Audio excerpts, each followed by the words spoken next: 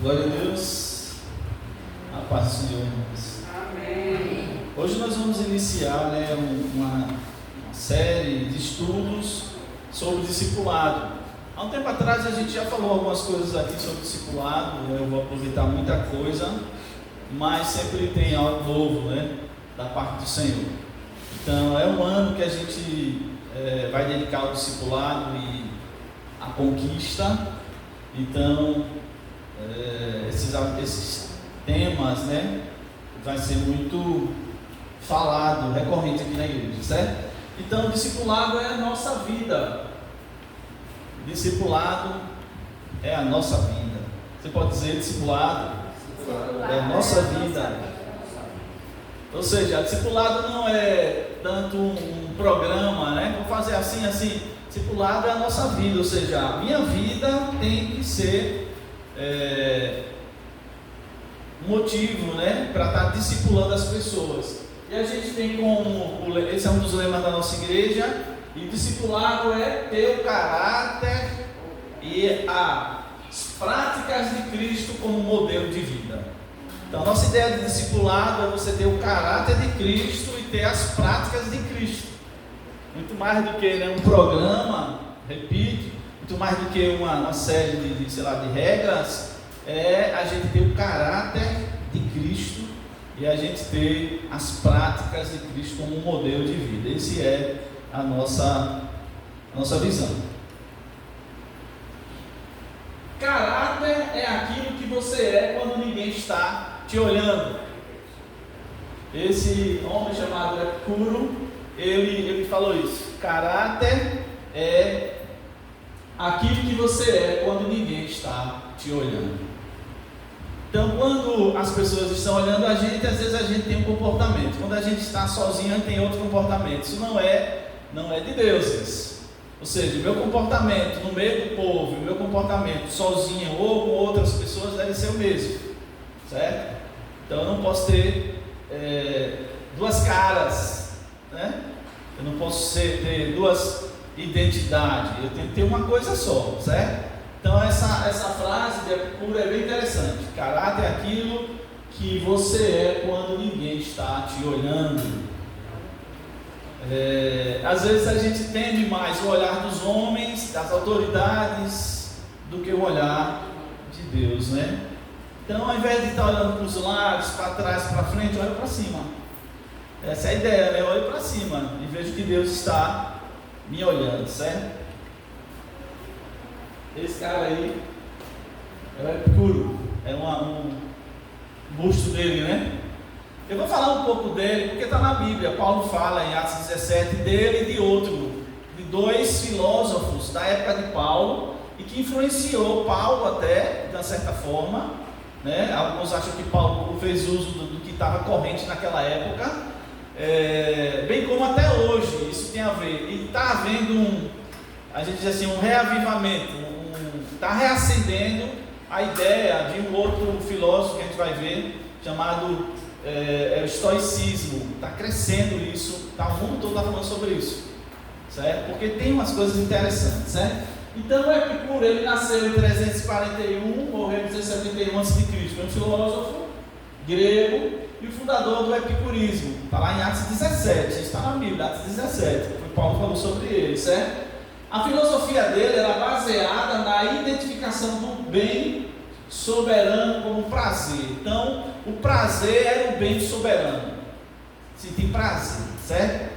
É um pouco diferente de uma outra corrente, de outras pessoas que eram os hedonistas. O que é hedonista? Hedonista é prazer carnal. Hoje a gente vê um mundo que está baseado no prazer carnal, aquela coisa da carne, sexo e tal. Isso é o hedonismo. O epicurismo é um prazer, mas um pouco diferente, não é só prazer da carne, certo?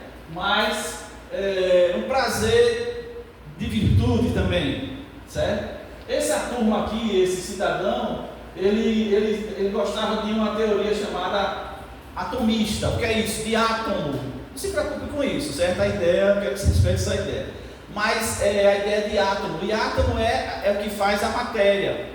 Ou seja, essa turma aqui, desse rapaz aqui, eram os materialistas, os mais antigos materialistas conhecidos. Ou seja, que o que vale é a matéria, certo? Então para ele o que vale é a matéria, é o físico, certo? No qual o átomo era o elemento formador de todas as coisas. Defendia a ideia de um deísmo. Eles, é como assim, Deus existir e Deus não existir não faz diferença na cabeça deles. Por quê? Porque o Deus que eles acreditavam, ou os deuses, foram deuses ou Deus que criou o mundo e saiu, foi-se embora, e deixou a gente aí, assim, a Deus dará, certo? É o deísmo. Nós que somos cristãos acreditamos no teólogos de plantão, nós acreditamos no teísmo. Teísmo é a crença de que existe um Deus e que é um Deus pessoal e um Deus que se envolve, que dirige, que está vivendo a nossa vida também. O teísmo é o Deus que criou e tirou férias, foi-se embora, certo? Não está nem aí. Então, se ele não está nem aí para a gente, para que a gente quer saber dele? Era mais ou menos essa ideia de Epicuro, certo? Então, a vida prudente é um tipo de prazer, certo? Então, repare que eu falei, não é só prazer da carne. Ele não acreditava só prazer da carne, mas eles acreditavam no prazer. A prudência era um prazer. Se você tinha uma vida prudente, você também tinha prazer com isso. Aí, Eclesiastes 5:18. Salomão, ele fala uma coisa de você aproveitar a vida. Amém? Aí me ajudem aí lendo Eclesiastes 5:18.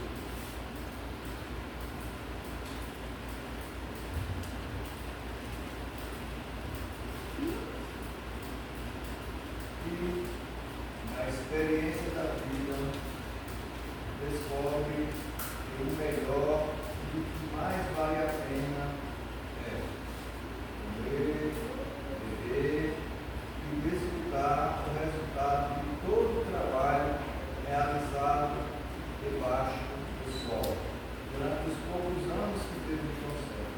Porquanto, essa é a sua porção.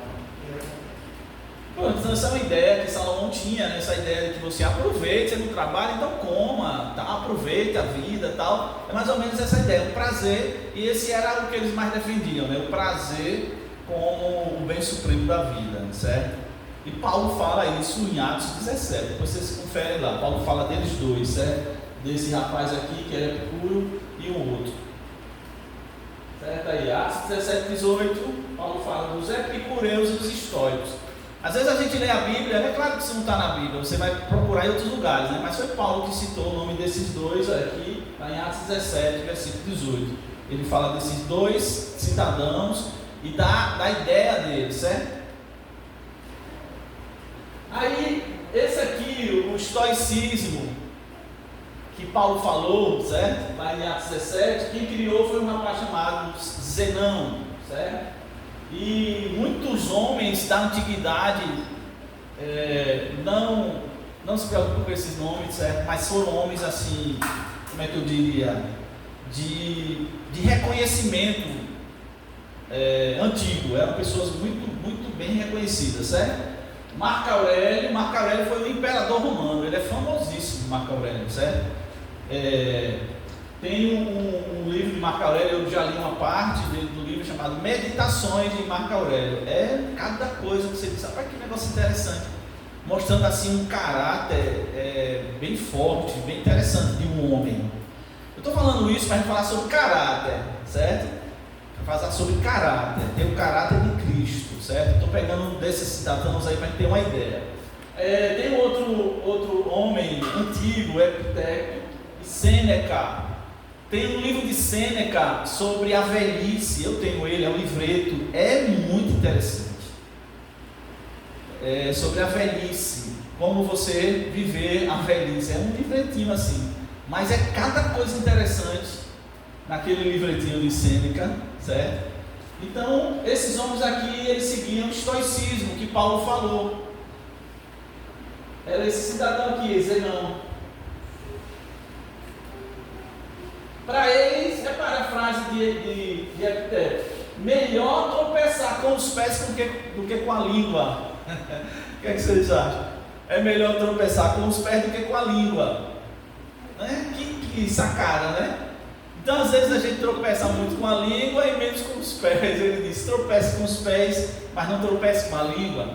Tiago já disse que para você segurar essa língua, o negócio é, não tem jeito de segurar ela, né? Ela é indomável, como se fosse um bicho que você não controla, né? A língua da gente. A língua da gente, se ela não tiver, ela precisa de cabresto, né? A língua precisa de cabresto, porque ela fala, e quando ela fala coisa que fere a Deus, fere os outros, fere a nós mesmos, o negócio é. Então, ele tem essa frase, melhor tropeçar com os pés do que com as línguas, né? Com a língua. O que é que esse pessoal defendia? Você vai entender porque eu estou falando isso, certo? Para mostrar a questão de caráter, de postura de vida, certo? Você viveu uma vida diferente. Eles defendiam que eles eram deterministas absolutos, que é isso, eles acreditavam que tudo na vida estava determinado por alguma força, certo? Eles eram deterministas, ou seja, isso determinista quer dizer que tudo que vai acontecer com você, vai acontecer, quer você queira, quer não queira. Eles acreditavam nisso. Então não adianta você lutar para dizer isso não vai acontecer, porque vai acontecer, quer você queira, quer não queira. Eles defendiam isso. Os homens teriam que aceitar. E quando os homens aceitavam, eles se tornavam livres. Quando você aceita o que a vida tem para você, você se torna livre, eles diziam. E aí eles falaram sobre o Logos. Foi antes de Cristo eles falaram sobre o Logos, certo? Que para ele Logos era a razão universal. Se lembra de João que a gente estudou, né? No princípio era o verbo, o Logos, João 1. Né? Nós estudamos nas casas. No princípio era o verbo, era a palavra, era o Logos. João pegou essa ideia do Logos da filosofia grega. E é claro que ele aplicou para Jesus. Ele disse, a razão universal, o Logos, na verdade, não é essa coisa. O Logos, ou a palavra, é Jesus. Ele personalizou o Logos, certo? Eles eram já panteístas. O que é panteísta? Panteísta é acreditar que tudo é Deus, ou que Deus está em tudo. Então, Deus está em tudo, tudo é Deus. A gente sabe que isso não é bíblico. A criação, a gente pode ver Deus na criação, mas Deus não é a criação, né? Deus é Deus e o que Ele criou é o que Ele criou, certo? Então eles acreditavam assim. E eles acreditavam que a vida ela é um ciclo, a vida fica rodando assim. Não adianta você lutar contra, porque a vida vai ficar rodando com um ciclo. Eles defendiam o controle das emoções boas e ruins. É interessante a ideia desses cabras aí, certo? Dizer não, é o estoicismo. Eles defendiam, repare isso aqui, irmão, olha. Eles defendiam o controle das emoções, sejam boas ou ruins. Você precisa controlar suas emoções, eles diziam, sejam boas ou sejam ruins. Eles defendiam muito isso. E ele colocava, quem controla as emoções se aproxima da liberdade. Então para eles, você dá vazão à sua liberdade, fazer o que você quer, não é liberdade. A liberdade está no controle das suas emoções. Se você controla as suas emoções, sejam elas boas ou ruins, você está no caminho da liberdade. Repare, e quem elimina é livre. Quem elimina as emoções é livre. É como se fosse assim, eu sinto emoções, mas as emoções é como se não existisse na minha vida. Eles tinham isso, certo? Essa turma eles tinham isso. E a virtude destacada é a apatia. O que é apatia? Eles às vezes pareciam frios, porque é como se eles não tivessem sentindo nada.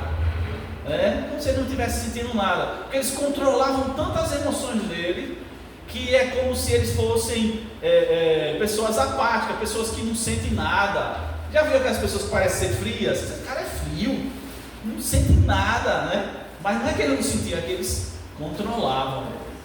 Controlava a tal ponto de alguns chegavam a eliminá-las, certo? Pelo menos eles defendiam essa ideia, certo? Quando chegar na Roma, há uma moderação, né? Essa coisa mais dos gregos. Quando chegou em Roma, eles começaram a ser mais moderados, perceberam que não era tão assim como eles pensavam, né? A palavra estoico vem de estoa, que quer dizer pórtico. Por quê? Porque quando eles iam discursar, eles discursavam na porta, entre pórticos, né? Aí ele começou a falar que o estoicismo vem de estó, que é pórtico, o lugar que eles ficavam na frente discursando, certo? Epiteto, ele dizia, repare que coisa, irmão. Tudo isso é para mostrar que às vezes a gente é muito descontrolado. Mesmo nós que somos cristãos, somos descontrolados. E a gente não pode ser descontrolados. A gente o Espírito Santo precisa nos controlar para que a gente viva a vida que Deus tem para a gente. Se a gente é descontrolado, para mais ou para menos, não é o que Deus quer para a gente, certo? É para o que ele dizia, olha. Preste bem atenção nisso aqui que esse cara dizia. Não é esse, quer dizer não. Diz assim, não, repare, não é a morte ou a dor que deve nos não é a morte ou a dor que devemos considerar como temíveis. Eu vou lá temer morte, eu vou lá temer a dor. Eles pensavam assim, eram guerreiros. Aí, não temer a morte, e sim, relembro, não é a morte ou a dor que devemos considerar como temíveis, e sim o temor da dor ou da morte. Entenderam? Não é temer a morte. O problema não é a dor da morte, do sofrimento, é você temer isso. Você tem medo da morte, para eles você está com problema. Você tem medo da dor, para você tem um problema. Esses dias agora eu assisti uma série e tinha um menininho e um cavalo deu um coice, né, e quebrou o fêmur dele no filme. Quebrou o fêmur, né, que ficou exposta, fratura exposta.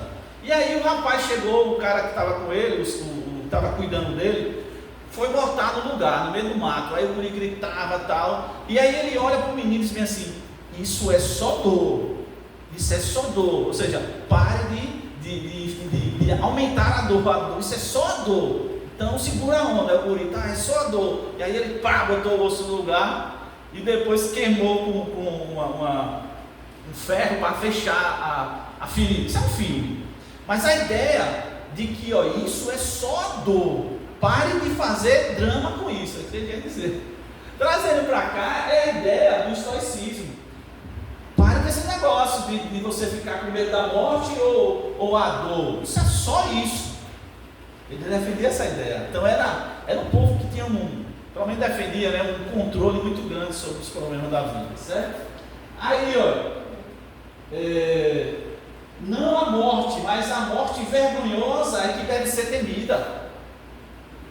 Não é a morte que você deve temer, você deve temer a morte vergonhosa, ou seja, você morrer de forma vergonhosa. Você morrer, digamos assim, porque você fez coisa errada. Essa você deve temer, mas morrer, não. Irmão, eu estou falando aqui, eles não eram cristãos. Eles não eram cristãos. E às vezes a gente tem um temor da morte, medo da morte, ou não, o medo da morte. E eles defendiam essa ideia, certo? Repare, irmãos, jamais digas a respeito de qualquer coisa, eu a perdi, mas antes eu a devolvi. Repare que ideia. Seu filho morreu, você disse, eu não perdi meu filho, eu devolvi ele. Por quê? Porque ele acreditava, que as coisas vão acontecer. Vão acontecer. Então não adianta você ficar com esse negócio, ficar lutando. Repare, irmãos, por que eu estou trazendo isso? Se a gente vem para a nossa sociedade hoje, no século XXI, de pessoas, como é que eu digo? Fragilizadas, pessoas mimosas. Nós estamos vivendo um dia de pessoas mimosas, do tal do mimimi. Que um mosquito toca e a pessoa já acha que acabou o mundo. Acontece uma coisa, né? E aí a gente tem modelos de pessoas no passado que tinham uma visão de vida diferente. Certo? Ou seja, eles não eram fracotes. Quando você assiste algum filme, né? Esses filmes antigos, eu gosto dos filmes antigos, você vê que as pessoas, principalmente os homens, muitos homens, né, eles tinham uma postura de força, né? Força de caráter, não falando de força física não, apesar que eles defendiam também, né? Mas a força de caráter, né? E às vezes até morrer é uma honra. Eu me lembro dos 300, né?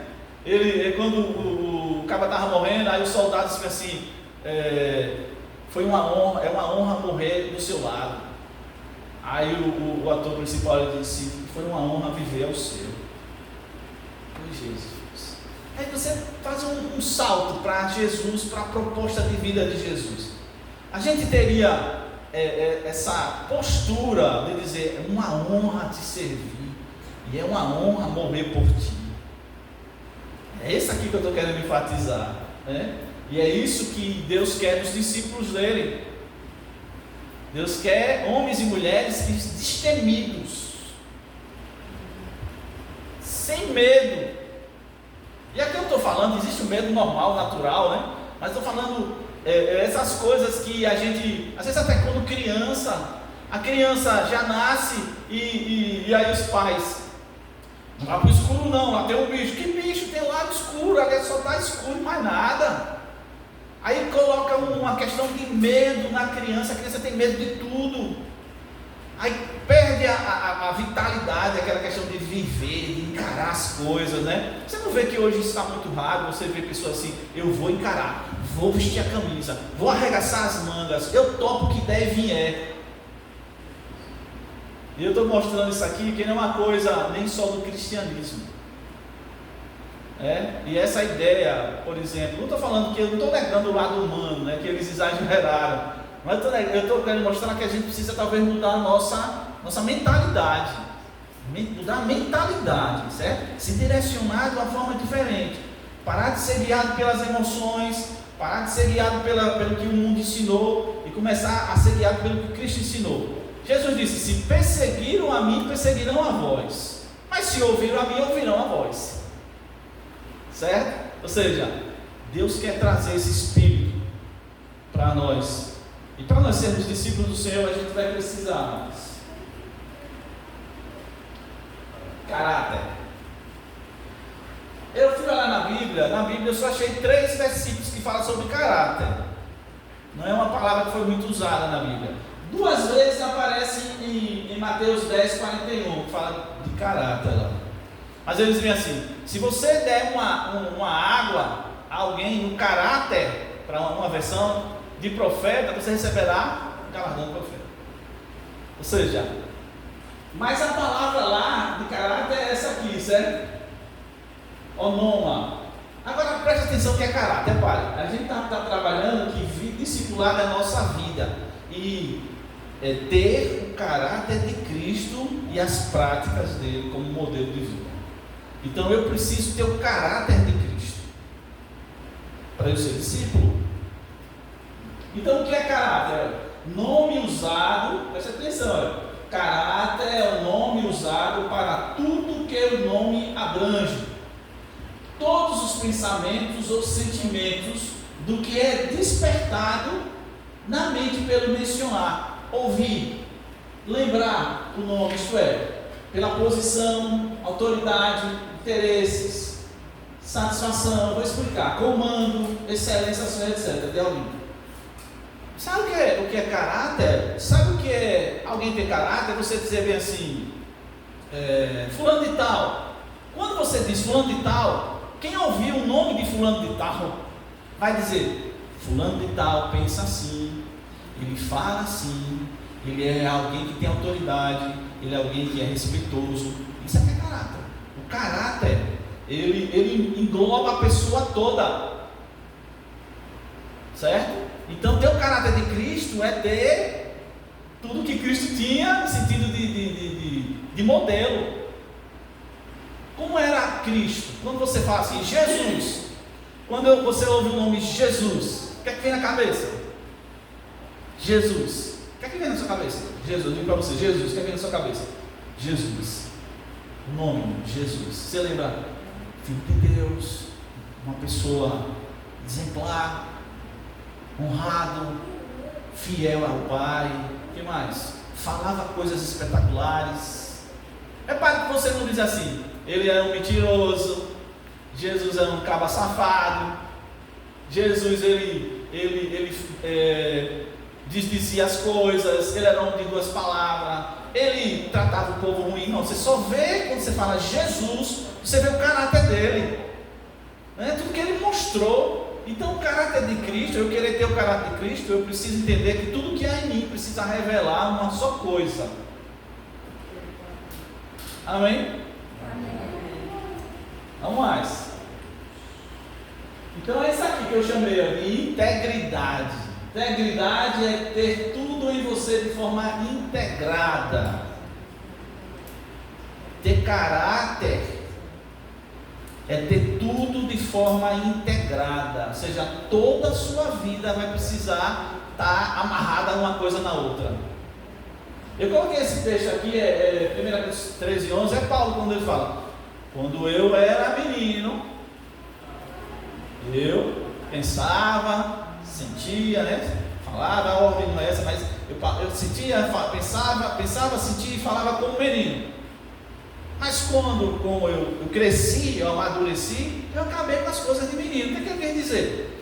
Não há mais dissonância, ou seja, não há mais contradição entre o que eu penso, o que eu falo e o que eu sou. Dá para entender que caráter é tudo. Então eu não posso dizer: Senhor, essa área da minha vida, minhas emoções, o Senhor cuida. Essa área aqui dos meus pensamentos o Senhor cuida, mas a minha língua o Senhor não cuida. Você não vai ter caráter. Então a minha língua tem que ser falar o que Deus quer, os meus pensamentos têm que pensar o que Deus quer, as minhas ações têm que fazer o que Deus quer, né? As minhas reações têm que representar aquilo que eu realmente acredito que é de Deus. Então ser discípulo do Senhor é ter o caráter dele. Então a gente precisa harmonizar, né, a nossa vida, irmão. É ser inteiro, hein? É ser inteiro. Chegamos na metade ainda. A gente está no processo, mas é ser inteiro.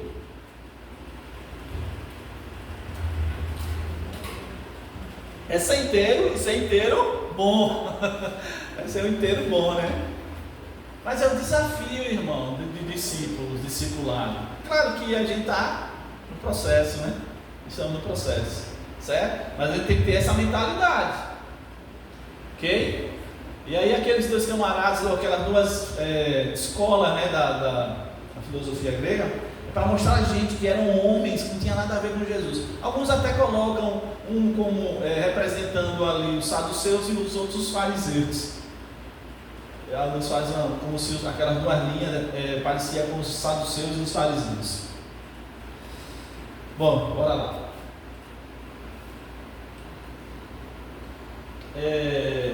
Por favor, aí, Romanos 2, 21 ao 24 e Mateus 23, 3. Para a gente fundamentar, né, no texto bíblico aqui. Nós vamos ouvir coisas assim que a gente já vai arrepiar os cabelos da gente, né? Meu Deus, meu Deus, irmãos, mas isso aqui é porque quem achar para ver, o modelo, né, que é Cristo, ele apesar dele ter se identificado com a gente, mas ele foi, né, um homem perfeito na visão de Deus. E então, você que ensinava os outros, não ensina a si mesmo? Você que prega contra o furto, furta? Uhum. Você que diz que não se deve adulterar, adultera? Você que detesta ídolos, rouba-lhes os templos? Você que se orgulha da lei, desonra a Deus, desobedecendo a lei? Pois, como está escrito, o nome de Deus é blasfemado entre os gentios por causa de vocês. Então ele está dizendo, Paulo está falando, como é que você fala uma coisa e você faz outra? Ou você justamente é contra uma coisa, você faz a coisa que você é contra. Como?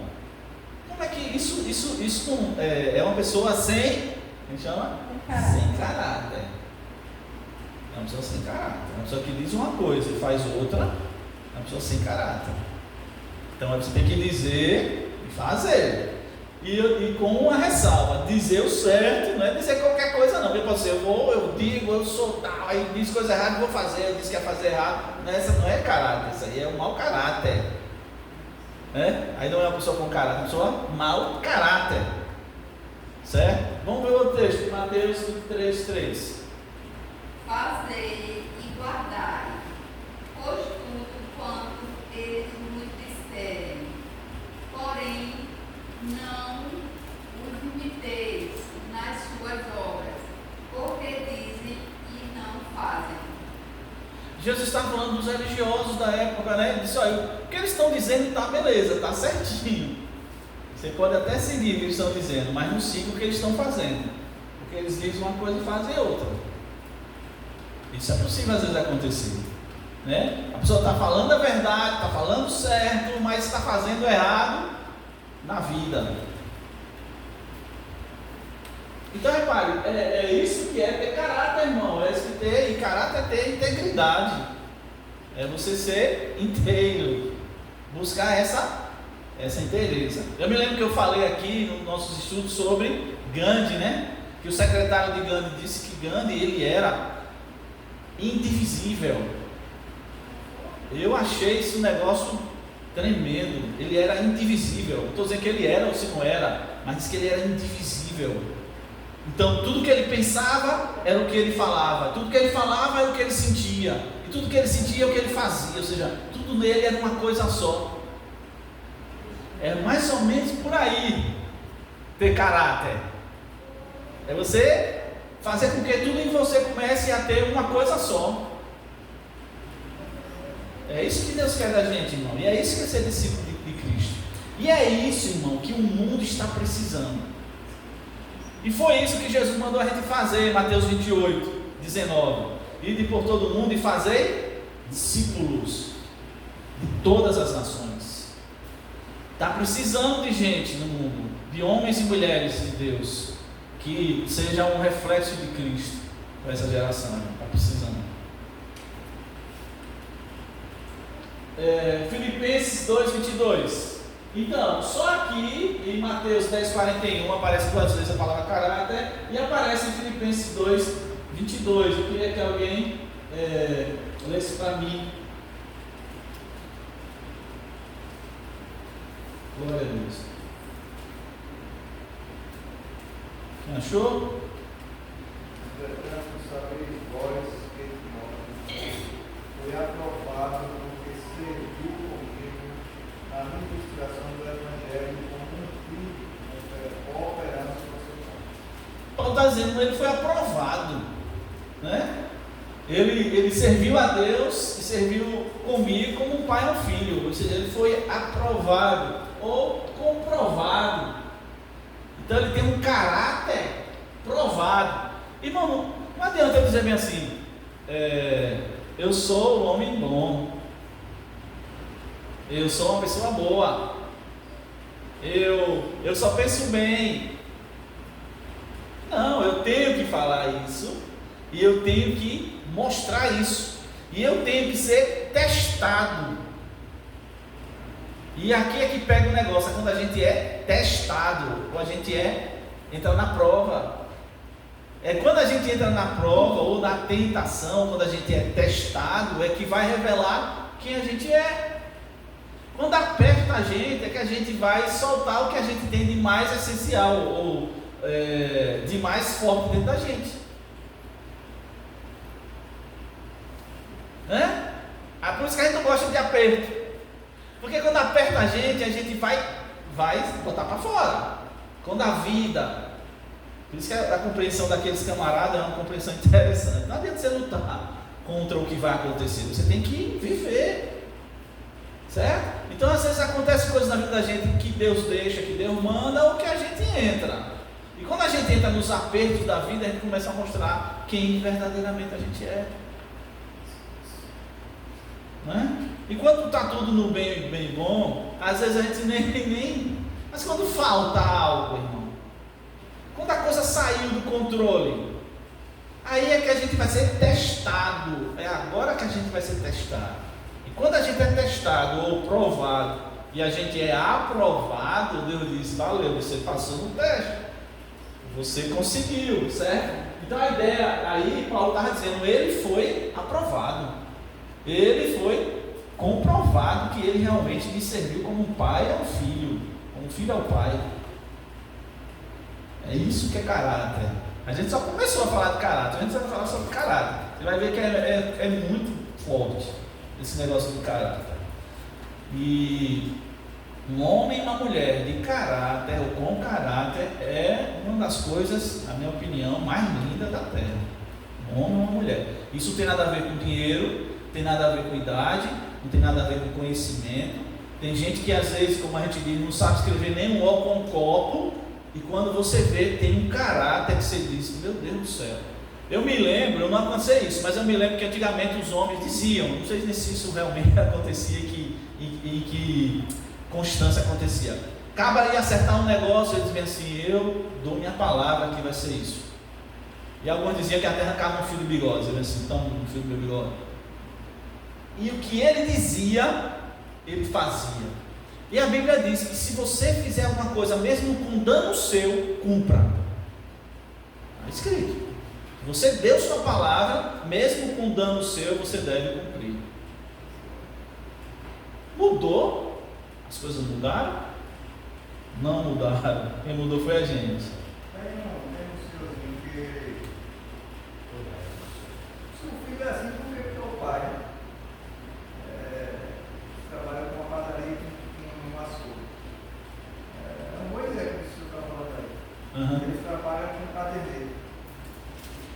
Cadeireiro? Ele dá uma cadeira e fica com outra. Ah, você sim. ele bota o valor E pronto. acabou. É verdade. Aí você paga se você quiser, né? Porque não tem nada. Não tem nada para comprovar. E aí eu só estou querendo só buscar mesmo. É verdade. E hoje tem alguns. Assim. E tem alguns lugares, não sei se no Brasil eu já vi em uma cidade, eu esqueci agora, um estado. Hoje, só que repare a diferença. Que você tem uma banca de, digamos assim, isso existe no Brasil, mas fora do Brasil em alguns lugares é mais do que aqui. Você bota lá manga, caju, não sei o que lá na estrada, e você bota uma caixinha e tem um valor, você vai lá, pega e você coloca. Isso existe no Brasil, em um estado que eu esqueci agora.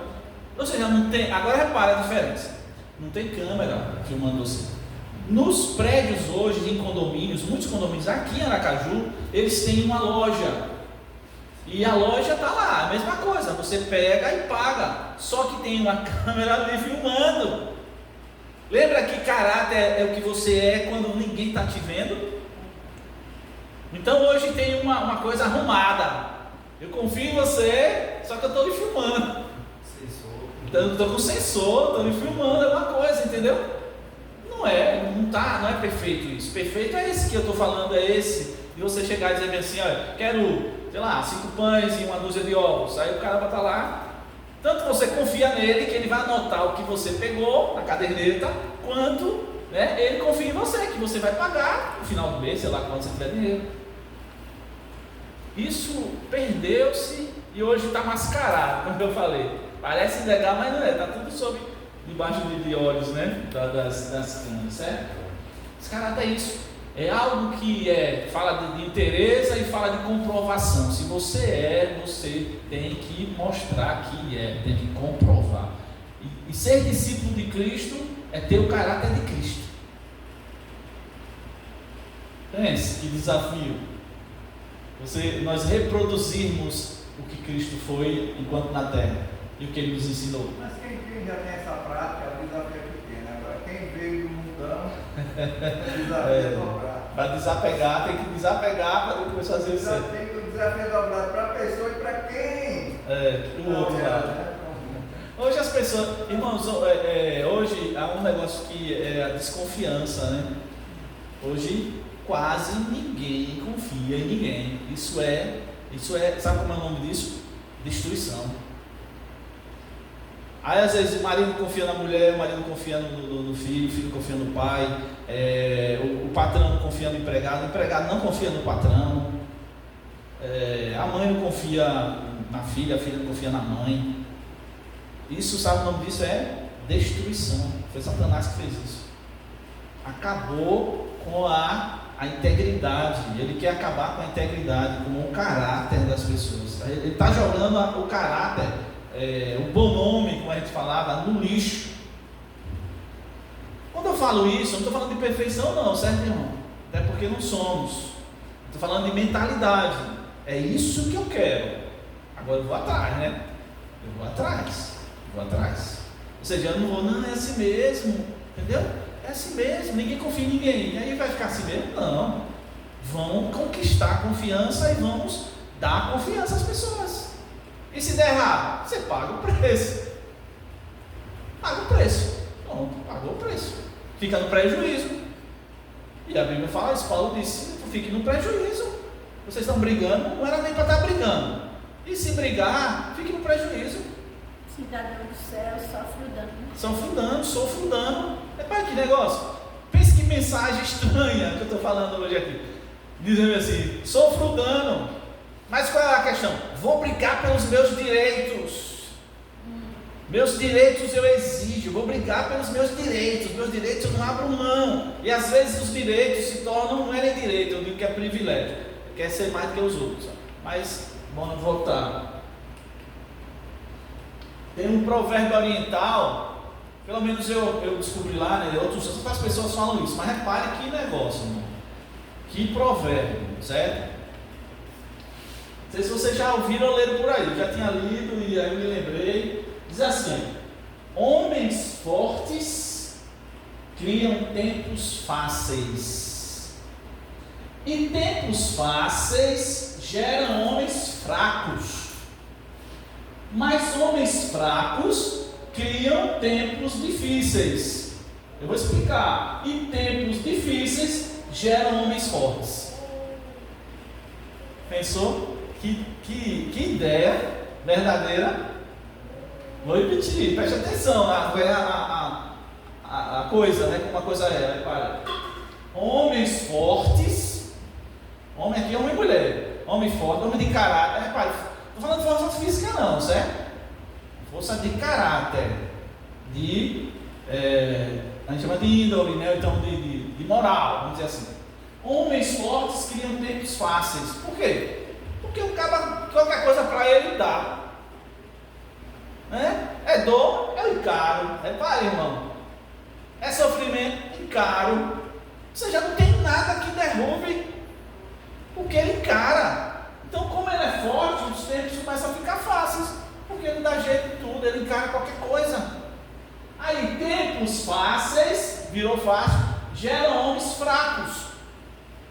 Você tem um filho, você dá tudo ao seu filho, Eu falei com um rapaz, e ele tem um mini mercadinho, né? Aí, eu brincando com ele tem um menininho, um guri assim, aí eu disse, o guri estava no caixa. Aí repare que eu gostei da ideia do menino. Ele estava lá, aí eu disse,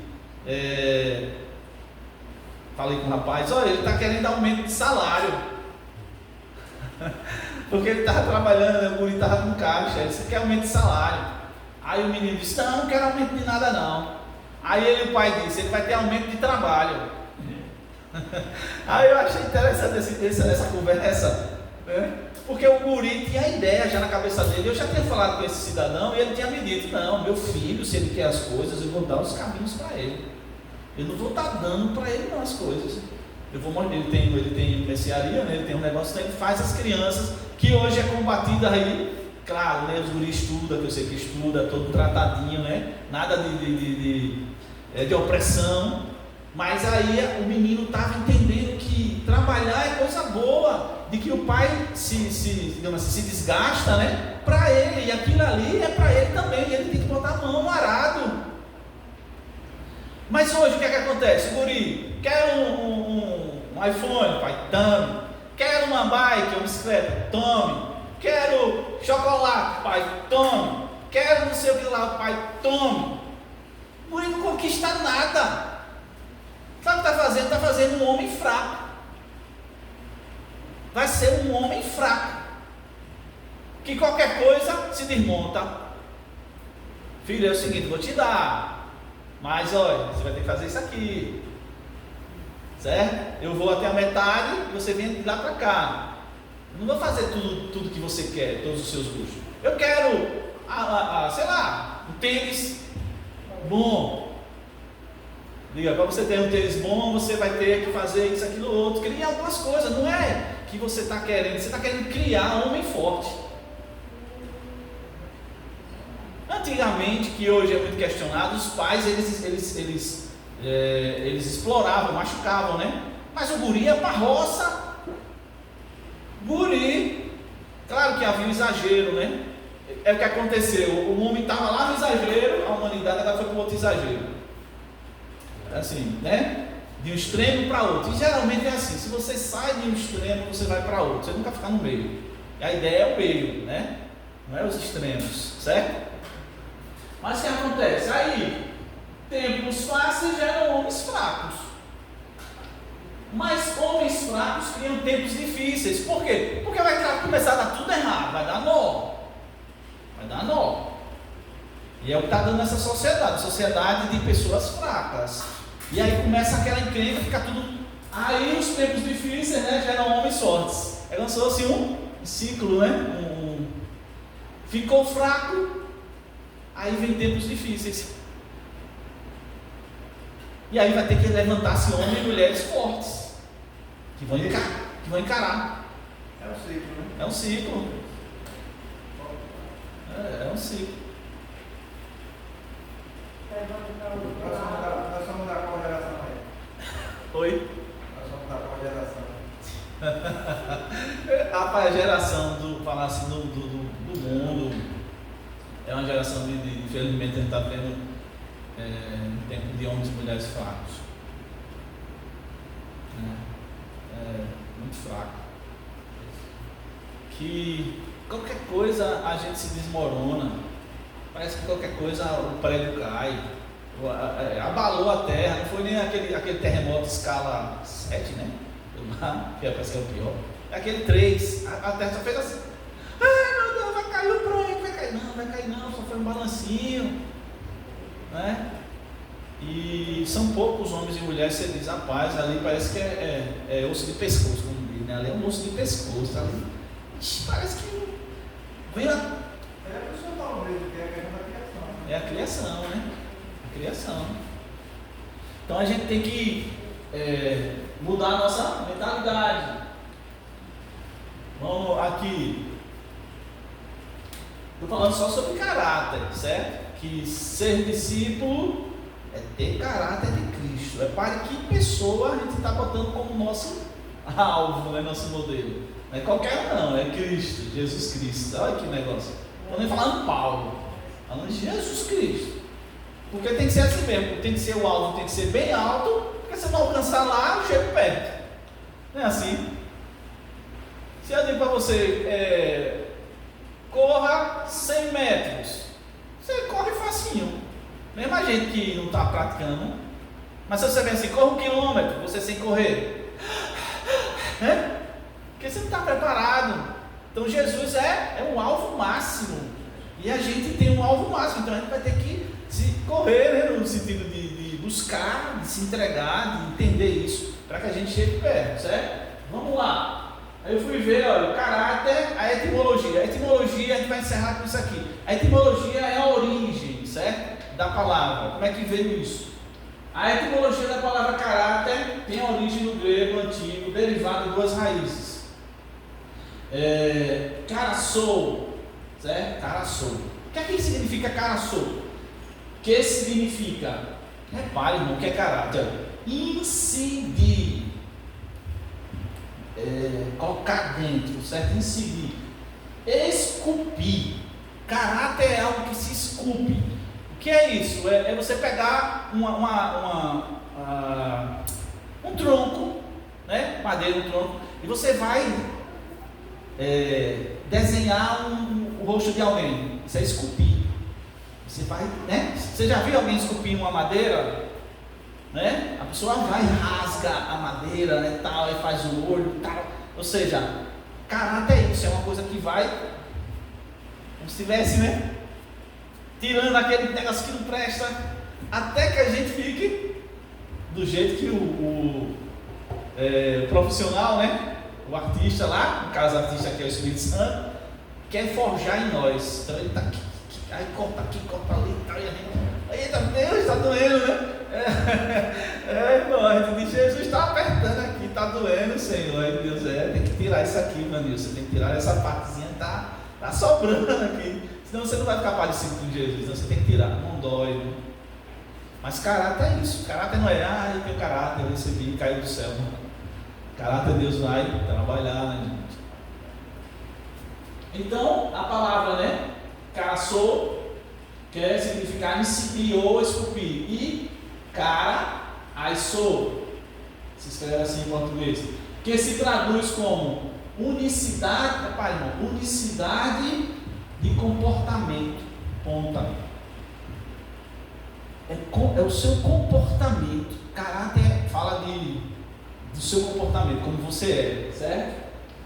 Onde cara representa a cabeça e aissou denota me lanço, salto ou sou impelido. O que é que quer dizer isso? Ou seja, eu quero ter o caráter de Cristo. Aí Deus diz, pule. É saltar de cabeça. Se você quer ter, ou eu, e a gente fica com reserva, não tem nunca. Então caráter é algo que você se joga, entendeu? Você se joga. Já viu as crianças quando estão com o pai, né? A criança num ponto mais alto, aí o pai diz, pule filha, ele pula.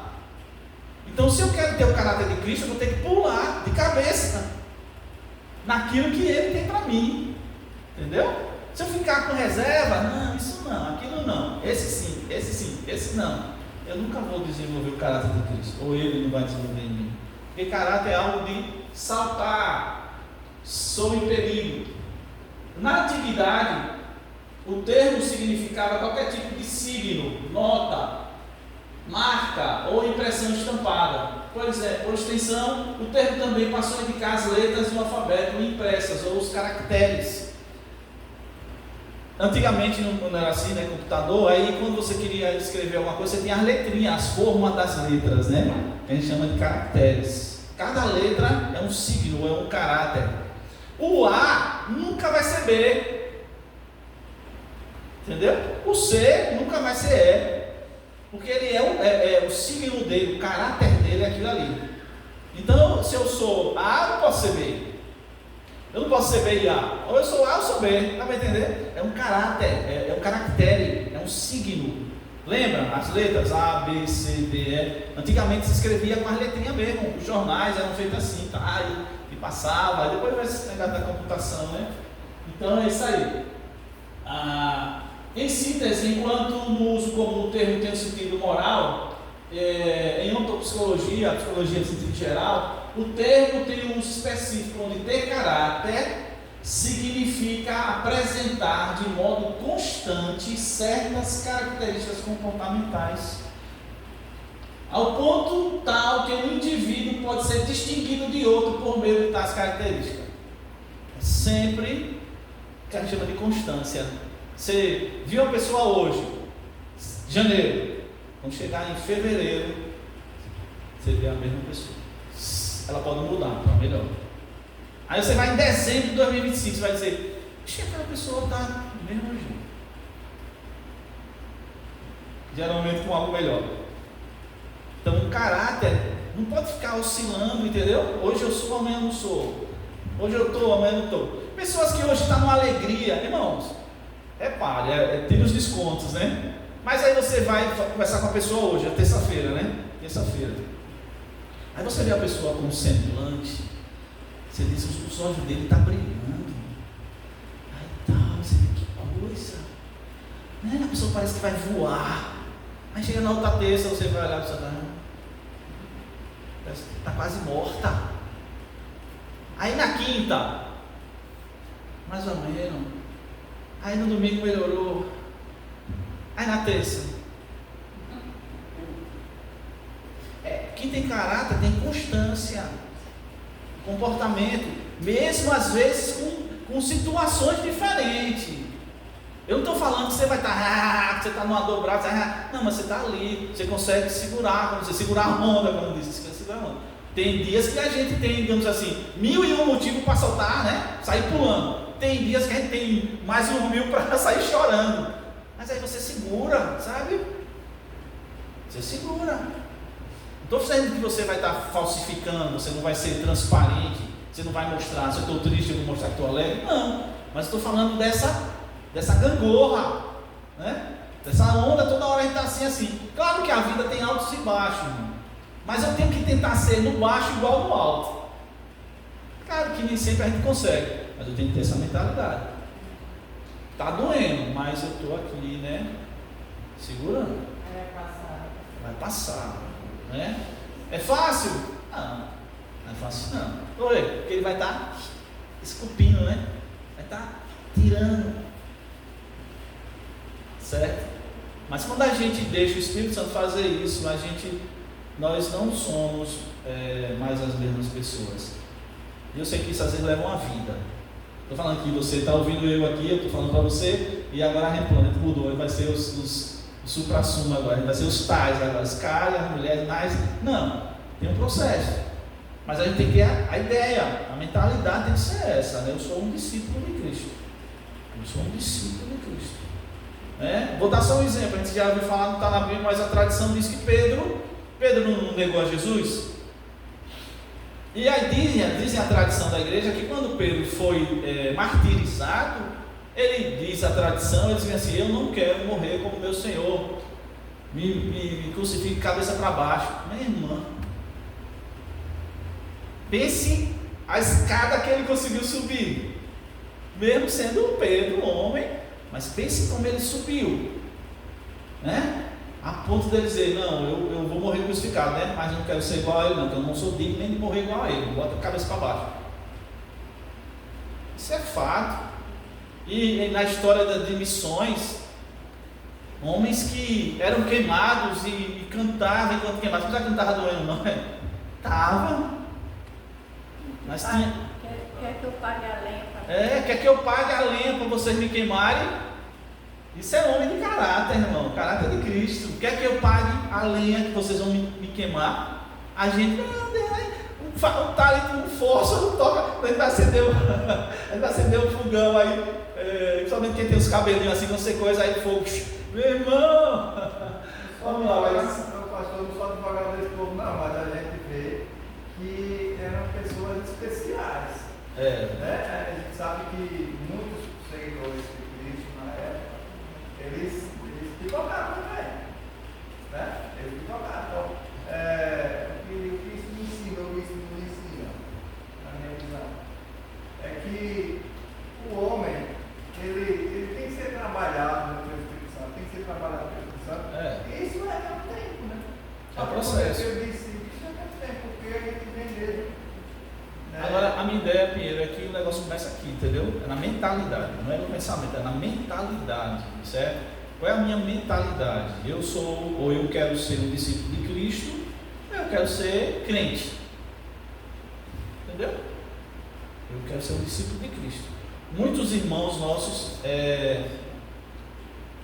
pipocaram, mas muitos também, além de Pedro, morreram no Coliseu, comido por leão. Entendeu? Muitos. Talvez ele não tinha oportunidade, tinha chance, tinha que morrer mesmo. Mas poderiam negar. Eles poderiam negar. Geralmente é assim: Satanás bota a gente, ou o mundo, bota a gente numa cocó, bota a gente num dilema e diz assim: se você quer, você não é crente mesmo, você não é macho mesmo, você não é de Deus mesmo, então você vai morrer, cara. Mas se você negar, beleza, resolveu o problema, pode-se embora. Então a ideia que a gente vai trabalhar é essa questão de querer ser discípulo de Cristo. Ser discípulo, não só crente. Eu não só creio nele, eu quero ser um discípulo de Cristo. Eu quero ser reconhecido como alguém que é dele. como alguém que segue a Ele, como alguém que quer ser igual a Ele. Você é outra história, mas é o que eu quero, certo? É um desafio muito grande, certo? Para a gente finalizar, vamos ler só esses 2 versos. A gente conhece, né? Não precisa nem ler. Filipenses 2,5 diz assim: tende em vós o mesmo sentimento que houve em Cristo Jesus. E eu vou falar na próxima terça sobre o que é isso, que é ter em vós o mesmo sentimento, que algumas Bíblias colocam comportamento. E Gálatas 2,20, Paulo diz bem assim: já estou crucificado com Cristo. Mas para onde ele estava? Estava crucificado. Onde é que Paulo estava? Estava crucificado. Eu já estou crucificado com Cristo e vivo, não mais eu, mas Cristo vive em mim. E a vida que eu vivo na carne, ou seja, no meu dia a dia, eu vivo na fé do Filho de Deus, o qual me amou e se entregou a si mesmo por mim. Quando Jesus diz assim: se você quer ser meu discípulo, negue-se a si mesmo, tome a sua cruz e siga-me. Essa tradução diz assim: fui crucificado com Cristo. Assim já não sou eu quem vive, mas Cristo vive em mim. A vida que agora vivo no corpo, vivo-a pela fé no Filho de Deus, que me amou e se entregou por mim. Amém. Que Deus abençoe você. E está pensando nisso, que a gente vai estar falando isso um ano todinho, sobre esse negócio de discipulado. E é muito desafio, né? Mas estamos aqui para isso, tá certo? Deus te chamou, não se enganou. Queria encerrar dizendo a vocês: Deus não se enganou a chamar você, certo? Ele sabia o que ele estava fazendo quando ele disse: quero você para ser meu filho, mas meu discípulo também, minha discípula. Eu tenho algo com você, que você absorva isso. Deus te abençoe em nome de Jesus. Amém. Encerramos.